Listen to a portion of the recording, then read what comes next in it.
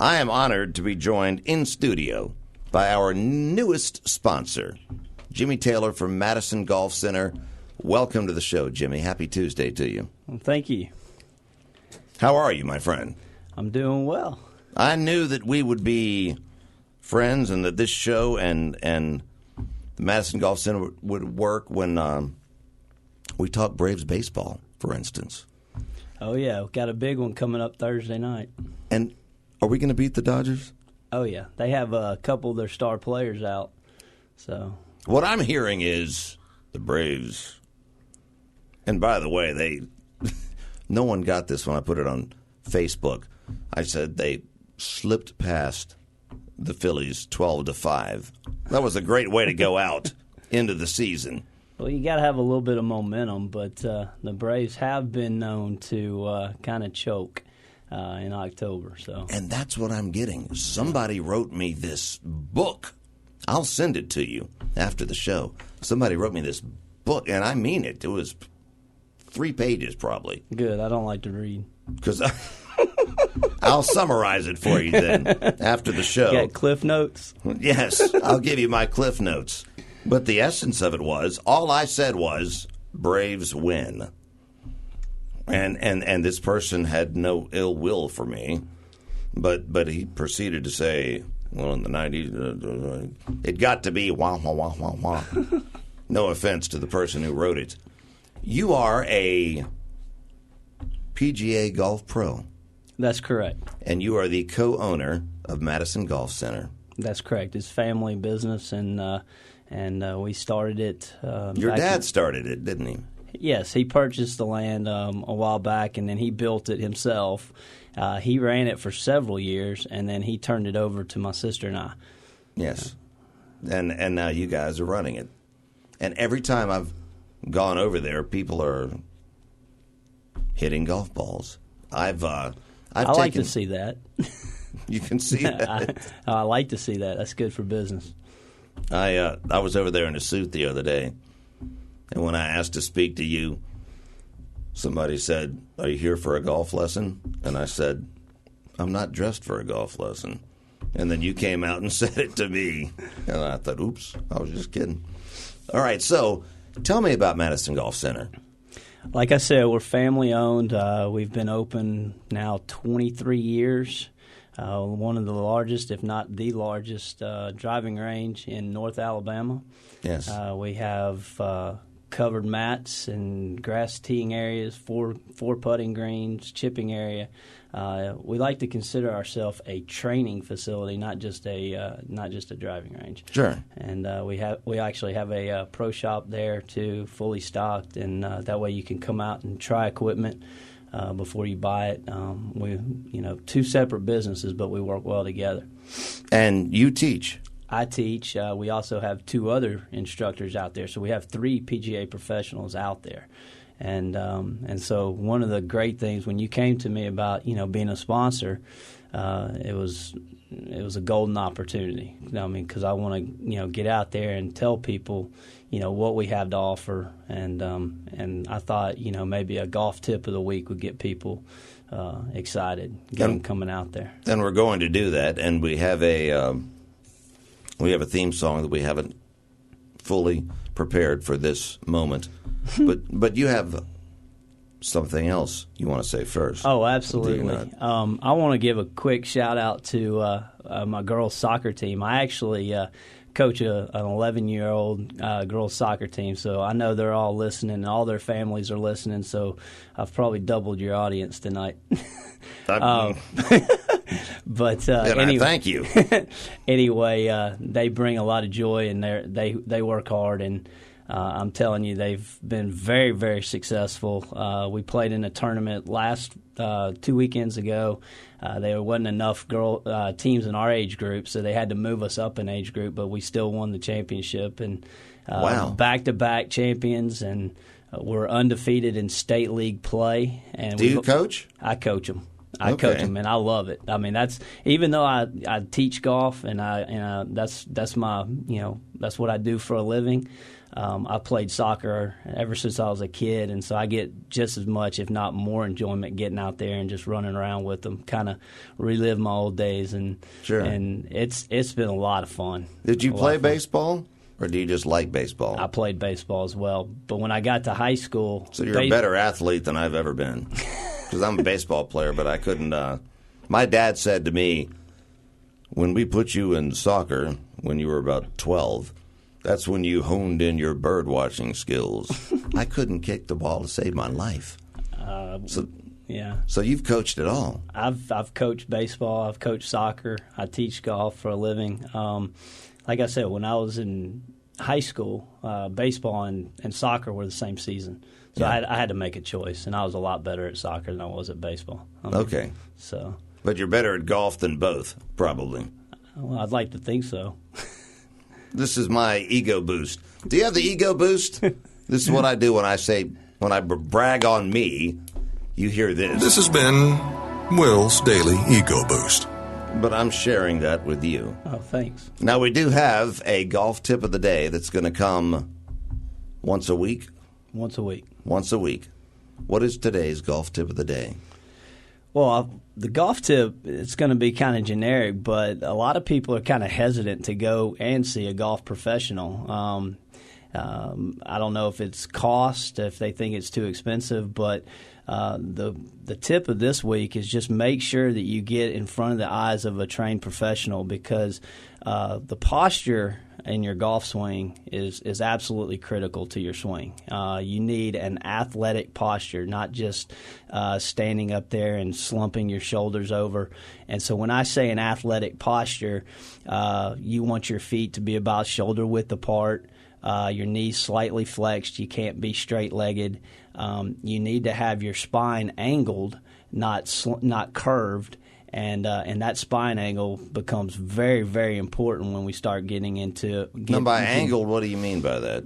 Well, just the way as you lean into the ball. Okay. To prepare yourself to hit, when you lean over, you want to keep your spine straight. You don't want to have an arched spine. And that's going to come in big, like I said, as we do these week by week. You'll hear me say spine angle a lot. And spine angle is really the key in making solid contact with a golf ball. If someone finds that they're topping the ball all the time, chances are when they're swinging the club, they're straightening up. They're straightening their back. Really? Yeah, and if you're hitting the ground and that was my problem. And if you're taking massive divots, which we have a lot of that out there, we're having to, save our grass like crazy. But if you're taking massive divots, chances are you're leaning in and you're leaning into the ball when you're trying to hit it and going down after it instead of just maintaining that spine angle. So the tip is posture here. Posture, making sure that you have an athletic posture and before you start your swing. Now, if you are a baseball player like me who's never played golf, and we talked about this, the golf swing, the one time I took the lesson. I know exactly where you're going with this. Counterintuitive, so answer that. Most baseball players are going to have a pretty severe slice. And the reason for that is because in baseball... And hit cars, by the way, if they're absolutely. But baseball players are kind of taught that as they come through, they want their wrist to be locked, and they don't want to just roll their wrist over. And so what happens is in the golf swing, they tend to grip the club really, really tight, and it inhibits a good hand release. And the only way you're going to really square that club face up at impact is to have a looser grip and have a natural hand release through the shot. So I see that a lot. So you have to be smooth and slow, unlike a fastball coming in, for instance, where you have to. I don't know. I don't consider myself swinging slow. So. All right. So you're talking to me, and you're teaching me, and probably rolling your eyes as I do dig up the dirt. My suggestion to you is don't come out in dress clothes like you did. Touche. Yes. First thing, put on shorts and a golf shirt. Right. Well, I'm dressed in a short sleeve shirt now, so. All right, so posture is everything.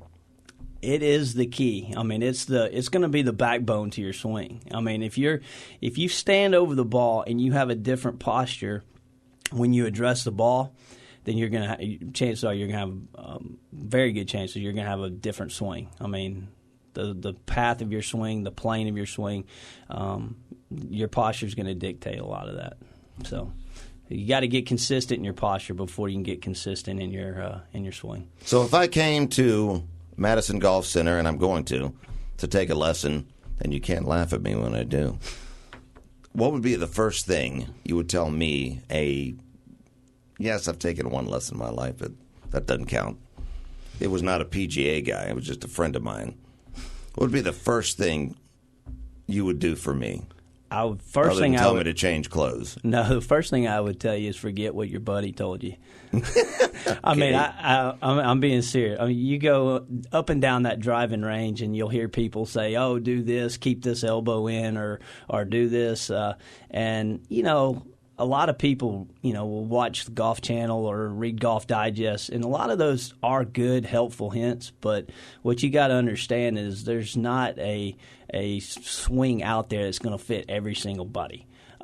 Everybody's body's different. Some people are built more.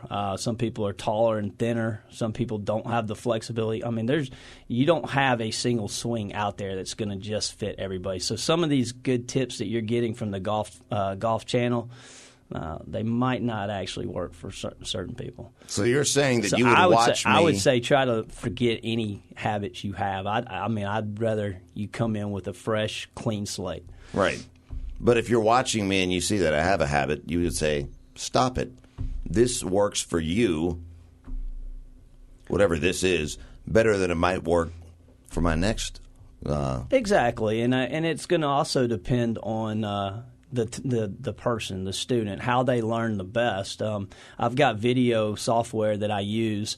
If you're a visual learner, and I can take some video of you. I've got cameras from the back and from the front, so we can get two different angles of your swing. And then I can actually pull it up on my computer, and you can see yourself, and you can see what you're doing. And then I can split the screen and put you on the left side and Tiger Woods on the right side and compare you. That's fascinating. So you can have this is what I look like, and this is what I should look like. So you're really training me. Absolutely. That's you haven't told me that before right now. I would love to see that. Mm-hmm. I mean, it might hurt my ego a little bit, but I would love to see that. Yeah, a lot of people don't really understand that to be a PGA professional, it's a lot of work. I mean, it's like going to school. It's like any other profession. You have to take classes. You have to take tests. I mean, they teach you not just about the art of the golf swing, but how people learn, and you need to know how people learn, how to communicate with people. And just like any other profession, there's ongoing education too. So I mean, every 2 or 3 years, you have to earn so many credits to keep your PGA card, and those credits are by seminars or going and doing training sessions and things like that. So I mean, getting in front of a PGA professional, it's not just a guy that knows how to play golf; it's a guy that studied how to teach you. So if someone listening to the show right now wants to go to Madison Golf Center, they call what number to get you to set up a lesson with them? Well, they can call the Pro Shop, which is 256-772-5840. That will ring the main Pro Shop. If they want a lesson with me, they can get in touch with me on my email, which is just jtaylor, Taylor, at madisongolfcenter.com. Or they can call my cell phone, and I don't mind giving out my cell phone over there. Well, go ahead. 256-658-5722. 256-658-5722. To get to, do you call yourself James? I call myself JT. JT, Jimmy Taylor. Yes. Latest sponsor of this show. I can't wait to come out and get a lesson. I can't wait to work with you. See, you promise you won't laugh at me? I don't know if I could do that. No, it's good to have you on board. Well, thank you. There's going to be a tip every week. I'm going to try to get out here every Tuesday. That's the day. So. And I have a tease tip because we talked about this. What got me interested in golf, and I told you this the last time we were together at Madison Golf Center. My dad sent me, and his father played golf. It's always been a spectator sport for me. And he sent me a U.S. News World Report magazine, Tiger on the cover.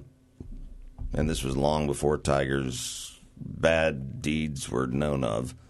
But it had to do with the mind, the strength of the mind.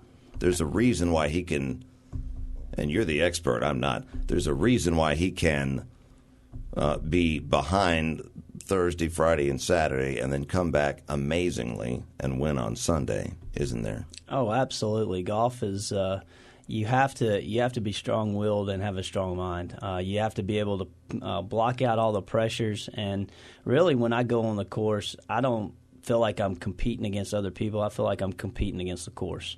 And if you can hone in and just kind of zero in on what you have to do, it makes it a lot easier. And I think a lot of guys on the tour were intimidated by him like that. I think so too. But now you've confirmed it.